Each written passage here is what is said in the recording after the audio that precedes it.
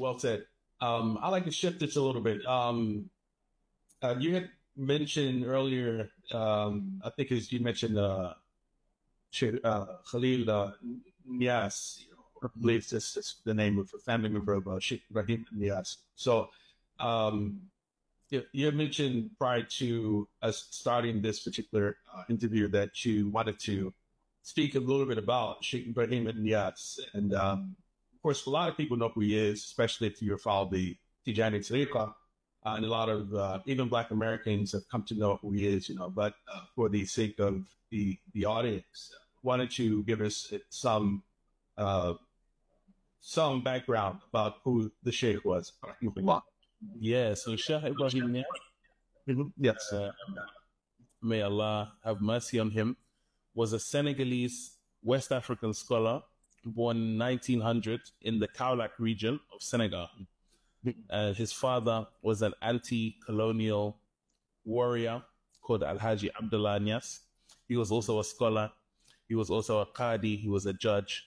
He was also somebody that was traveled within the Muslim world. He left Senegal and he traveled to Morocco, where he received some ijazat in knowledge and in tasawwuf.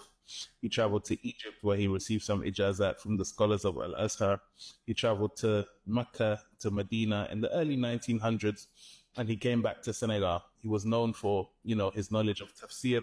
He was also known for his jihad efforts against the French and his anti-colonial fighting, which led him to move to the Gambia, where Sheikh Ibrahim Niass grew up. So Sheikh Ibrahim Niass, even though he was born in Senegal, he spent the first 11 years of his life in the Gambia before returning to Senegal to complete his education with his father.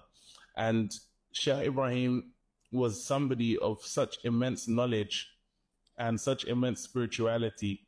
And the reason why I find him such an amazing figure was that even though he had no formal education, in the sense that he didn't go to any of the major universities in the Islamic world, he wasn't an Azhar graduate or a Zaytuna graduate or a Qaraween graduate or even a Timbuktu Sankore University graduate. Everything he learned with his father. And he said he never, after the day his father passed away, when he was 22 years old, Sheikh Ibrahim was 22 years old, he never studied with anybody after his father.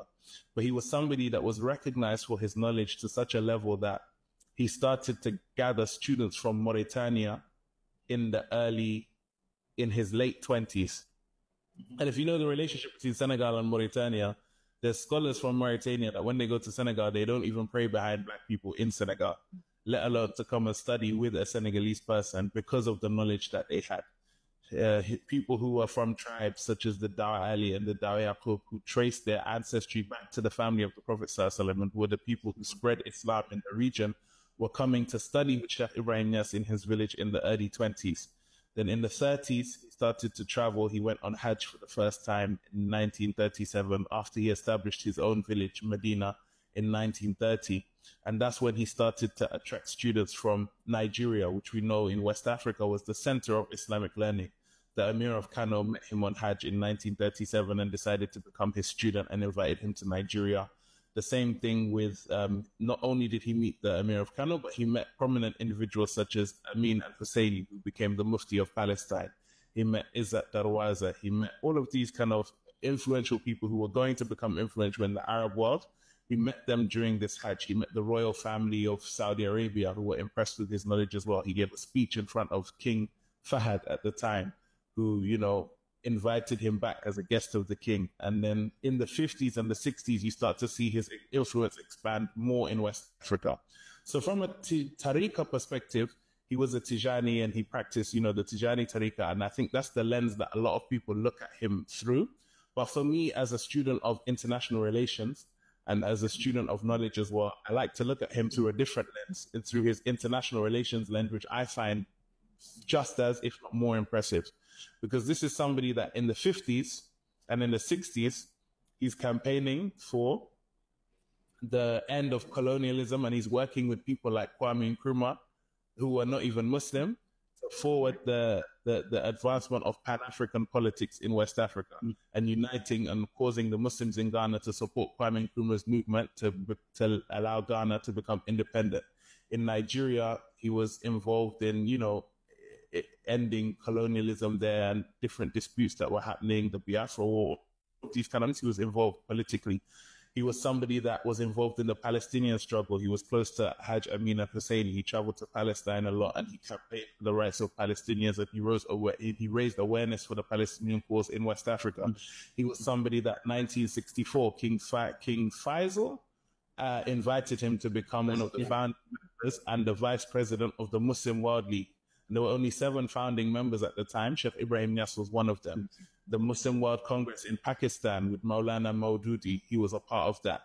He even traveled to China in 1964, and he had a meeting with Zhou Enlai, who was the premier of communist China at that time. And they were talking about Islam in Africa and the different, politics and global politics at a time when Senegal didn't even have a diplomatic mission in China. And this was all through his religious knowledge, his religious scholarship, and his religious diplomacy. This was somebody who traveled throughout Europe in the 60s. This was somebody who traveled to places that we didn't even know or hear about. There were places I didn't know about in the world until I read them in Sheikh Ibrahim Niass's book, that he traveled to through Dawah, through these different things. And then he's somebody that has left such a major impact on the Muslim world in ways that we know and in ways that we don't know. So, for example, recently documents have come out about his involvement in helping the King of Morocco re-establish himself as the king after the French had exiled him to Madagascar. Sheikh Ibrahim was the only one given permission by the French government to visit King Hassan II in Father Mohammed V in Madagascar. He was part of those diplomatic fusions, all of these different things that were happening. And then even if we look at scholarship in the world today,